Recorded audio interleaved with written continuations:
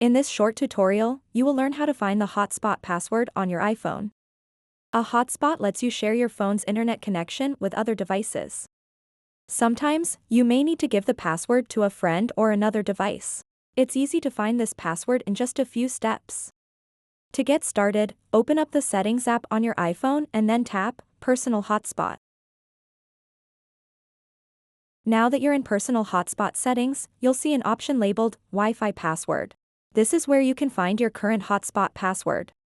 If you just want to share this password with someone else, simply take note of it here. But if you're looking to change it for security purposes or just want something easier to remember, tap on Wi-Fi password. This will bring up a text box containing your current password. Here's where you can customize it. First, delete the existing password. Then enter your new desired password. Once you've typed in your new password, don't forget to tap Done in the top right corner. This will save all changes made. Your new hotspot password is now set. You can share this updated information with anyone who needs access to your personal hotspot. So that wraps up this tutorial. If you have any questions about this whole process, please let me know in the comments section below.